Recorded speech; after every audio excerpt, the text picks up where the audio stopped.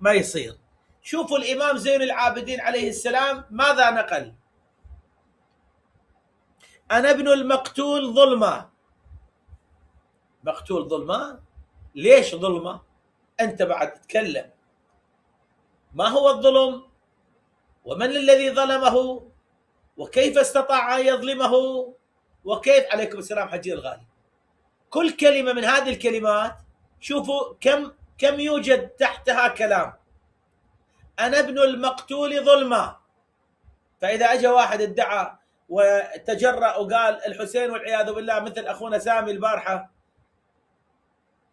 اللي يصف الإمام الحسين بالخطأ وإلى آخره، نقول له أنت حجك بطالي. أنا ابن المقتول ظلمة. لاحظ؟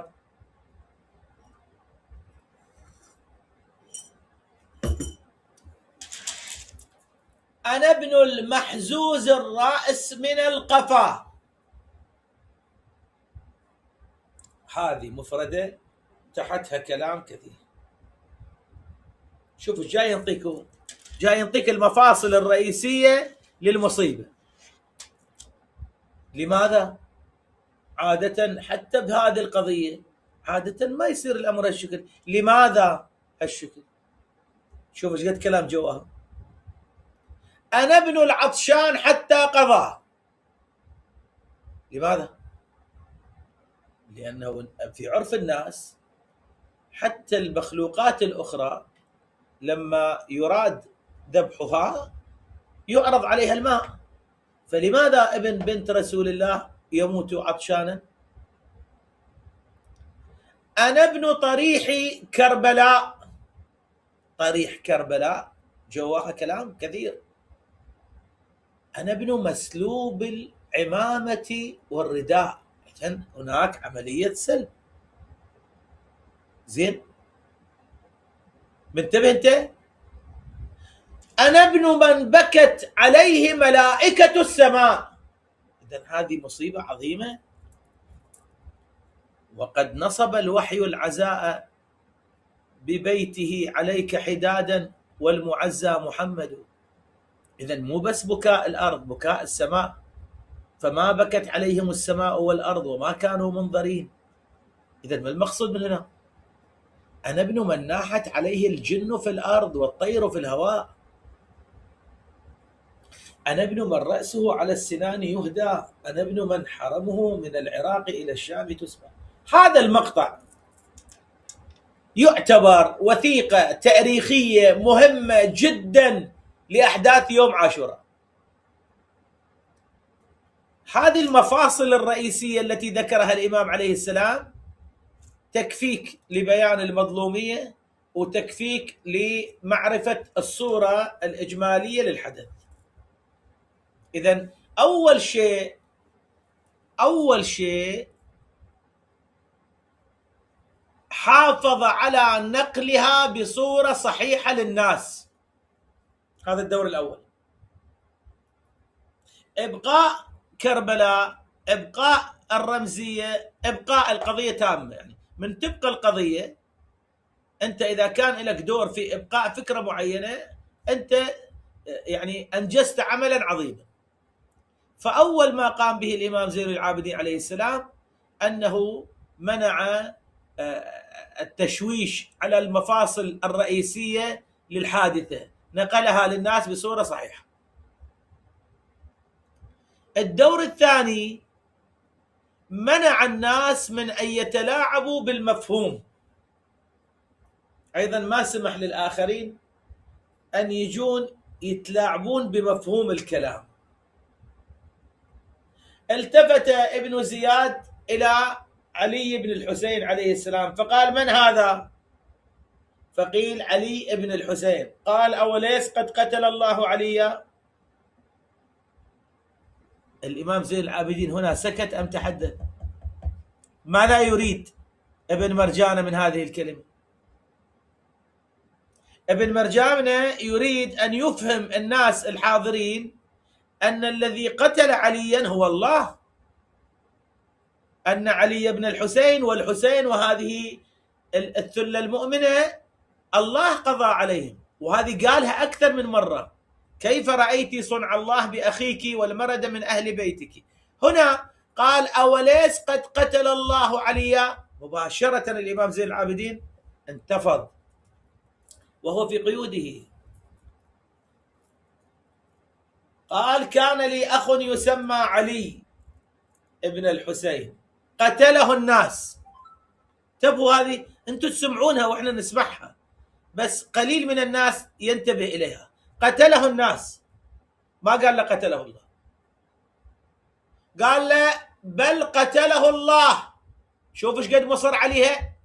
ليش مصر عليها؟ مو كلمة عابرة، هو يريد يسمع الناس ويأصل لقضية هكذا مفادها. الله هو الذي قتلهم.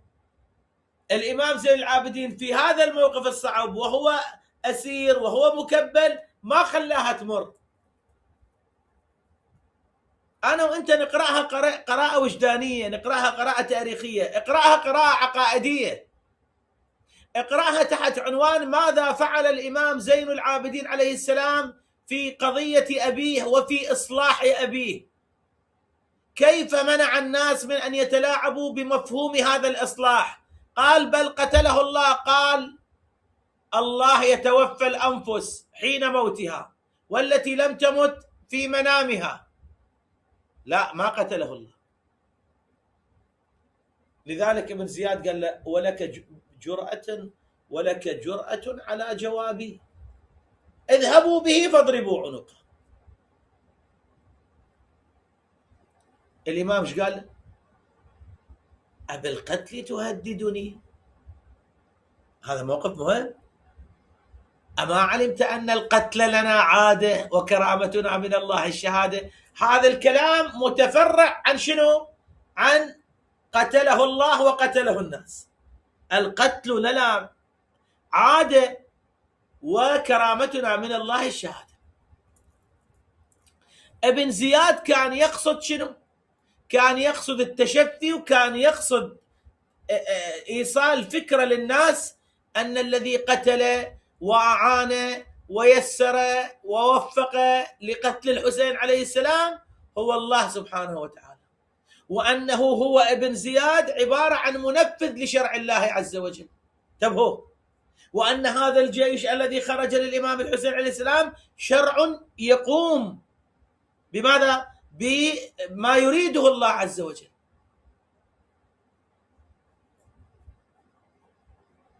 شلون الله سبحانه وتعالى قال وما رميت إذ رميت ولكن الله رمى؟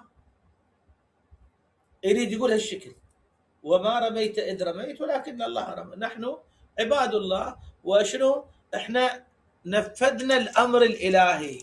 الإمام عليه السلام ما خلاها تعمل، وأصر على أن كلامك غلط، وأصر على أنه ظالم، أنت ظالم، وأن الشهداء هم الحسين وحزبه. لاحظ هذا الحوار، هذا واحد من الحوارات. كلام الحوراء زينب سلام الله تعالى عليها مع هذا الرجل أيضا، هذا كله في نفس السياق. ما سمحوا لأحد أن يتلاعب بمفهومها. الإمام نزه الله عن فعل الشر في هذا الكلام، نزه الله عن فعل الشر، ونفى أن يكون هذا القتل منسوب لله عز وجل، لأن قتل الأولياء وقتل الأنبياء لا ينسب لله عز وجل. الله ما يقتل أولياء. فإذا الدور الثاني بين أو منع من التلاعب بهذه المفاهيم. القضية الثالثة بين للناس ما خفي من أهداف الإمام الحسين. الناس إلى الآن كثير من الناس دايخ. زين، بين للناس شنو الأهداف. سأله واحد ابن طلحة بن عبيد الله، لما رجع الإمام زين العابدين استقبله فسأله، قال له: من الغالب؟ من الذي غلب؟ فالإمام قال له وهو في محمله: إذا أردت أن تعلم من الذي غلب ودخل وقت الأذان فأذن ثم أقم. أذن ثم أقم، ما دامك تأذن وتقيم تعرف من الغالب. اجى شيخ يقولون في الشام وهم على وشك أن يدخلوا إلى قصر ذلك الملعون، جاء شيخ من أهل الشام وقال: الحمد لله الذي قتلكم وأكذب وأهلككم وأراح البلاد من رجالكم وأمكن فلانا منكم. مر عليكم. احنا نسمعها ونسمع جواب الإمام زين العابدين بس ما ننتبه. هذا توضيح للناس لمقاصد الإمام الحسين عليه السلام. يا شيخ هل قرأت القرآن؟ قال: نعم. هل قرأت قوله تعالى؟ هل قرأت قوله تعالى؟ هل قرأت قوله تعالى؟ نحن أهل البيت، نحن القربى، نحن إلى آخره. شنو اللي صار؟ فتغير موقف هذا الشيخ. فإذا أفهم الناس لماذا خرج الإمام الحسين. بعد، وهذه النقطة جدا مهمة، أعطاها صفة الديمومة، الخلود. الخلود ما يجي ببلاش، الخلود هم ما يجي رغما على الناس. الخلود يأتي بأسبابه الطبيعية. مبدأ عظيم، موقف عظيم، وأناس تقدر هذا الموقف. الإمام زين العابدين عليه السلام هذه تعتبر يعني وقفة عظيمة جدا أمام كل هؤلاء الذين يهرفون بما لا يعرفون. أعطى صفة الديمومة وعمق المظلومية في قلوب الناس من خلال عدة أمور. قلت لك من سنة 61 إلى سنة 63 الإمام ما سكن في المدينة، بقي خارج المدينة. بعد تراب الإمام، تراب قبر الإمام الحسين عليه السلام يسجد عليه، كان يسجد على هذا التراب. الكلام أيما مؤمن دمعت عيناه لقتل الحسين عليه السلام حتى تسيل على خده بوأه الله في الجنة غرفا، يحث الناس على البكاء، يحث الناس على زيارة الإمام الحسين عليه السلام. أبو حمزة الثماني يقول: سألت الإمام زين العابدين على زيارة الإمام الحسين عليه السلام، قالوا: زره كل يوم، فإن لم تقدر فكل جمعة، فإن لم تقدر فكل شهر، فمن لم يزره فقد استخف بحق رسول الله صلى الله عليه وآله. نقش الخاتم، الخاتم تنقش عليه كلمات. نقش الخاتم: خزي وشقي قاتل الحسين ابن علي. بس من القاتل؟ الله العالم.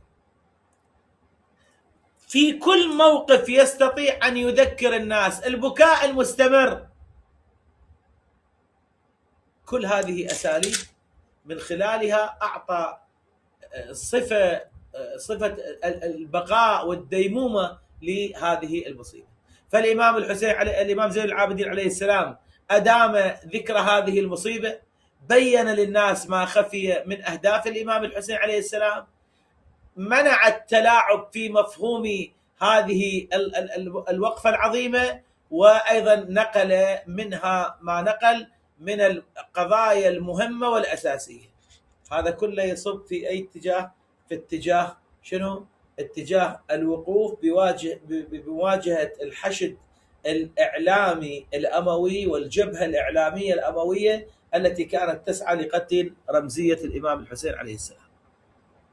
ما أدري مولانا البرهان موجود لو لا، لكن هذا أيضا جواب مختصر على ما تفضل به. غير هذا